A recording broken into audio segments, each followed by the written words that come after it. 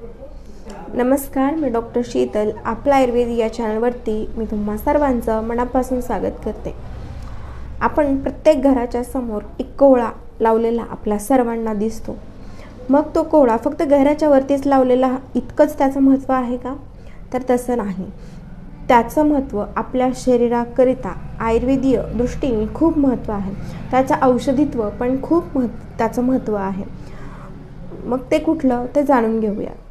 तर मित्रांनो, ही जी कोहळा वनस्पती आहे ही गुणधर्माने थंड, उष्णता कमी करणारी आहे आणि पित्ताचे त्रास ज्या व्यक्तींना आहेत त्यांच्यासाठी ही खूप फायदेशीर आहे. त्याच पद्धतीने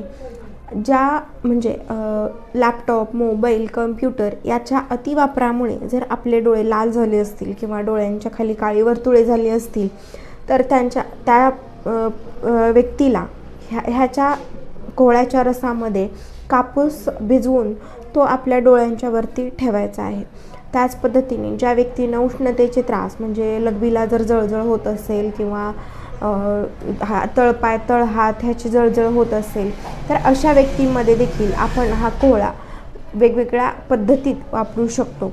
म्हणजे जसं की याचा पेठा आपल्याला बाजारात मिळतो किंवा ह्यापासून आपण भाजी बनवू शकतो याची. तर अशा विविध पाककला वापरून आपण त्याचा समावेश आपल्या आहारामध्ये करू शकतो. त्याच पद्धतीने एखादा जर व्यक्ती मोठ्या आजारातून उठला असेल किंवा त्याला त्या आजारातून उठल्यानंतर दौर्बल्य, अशक्तपणा, थकवा जाणवत असेल तर त्या व्यक्तीला बलकारक म्हणून बल निर्माण होण्यासाठी आपण त्या व्यक्तीमध्ये कुष्मांडाचा वापर करू शकतो. ह्याचे बाजारामध्ये कुष्मांड अवलेह, कुष्मांड रसायन याच्या नावाने आयुर्वेदिक औषधी याची भेटते. तर ती आपण आपल्या वैद्याच्या सल्ल्याने सुरू करू शकतो. त्याच पद्धतीने ज्या व्यक्तीला काही आठवत नाही किंवा आपली स्मरणशक्ती जरा कमी झाल्यासारखी वाटते किंवा स्मृतिभ्रंश आपण ज्याला म्हणतो, विसरल्यासारखं वाटतं किंवा काही मानसिक रुग्ण असतात तर त्यांच्यामध्ये देखील आपण ही कुष्मांडची वनस्पती वापरू शकतो.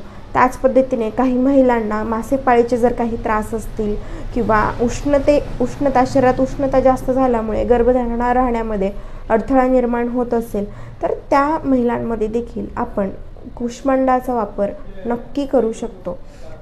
या कुष्मांडाची आपण भाजी, सूप, पेठा, खीर, लाडू अशा विविध पाककला वापरून याचा वापर आपण आपल्या आयुर्वेदीय किंवा रोजच्या आहारामध्ये याचा वापर आपण नक्की करू शकतो. त्यामुळे तुम्हाला देखील उष्णतेचे त्रास जाणवत असतील तर ही कुष्मांड आपण वापरून तुम्ही उष्णतेच्या त्रासापासून मुक्त होऊ शकता. त्याच पद्धतीने आता थंडी संपून आता इथून पुढे उष्णतेच्या आपल्याला काही समस्या इथून पुढे आता जाणवतील तर ह्या उष्णतेच्या ह्या काळामध्ये कुष्मांड ही वनस्पती नक्कीच फायद्याची आहे. तर तुम्ही देखील ही कुष्मांड वनस्पती वापरून स्वतःला उष्णतेच्या त्रासापासून मुक्त ठेवा आणि अशाच नवनवीन आरोग्यपूर्ण माहितीसाठी आपला आयुर्वेद या यूट्यूब चॅनलला नक्की सबस्क्राईब करा. तोपर्यंत आनंदी राहा आणि सर्वात महत्त्वाचं निरोगी राहा. धन्यवाद.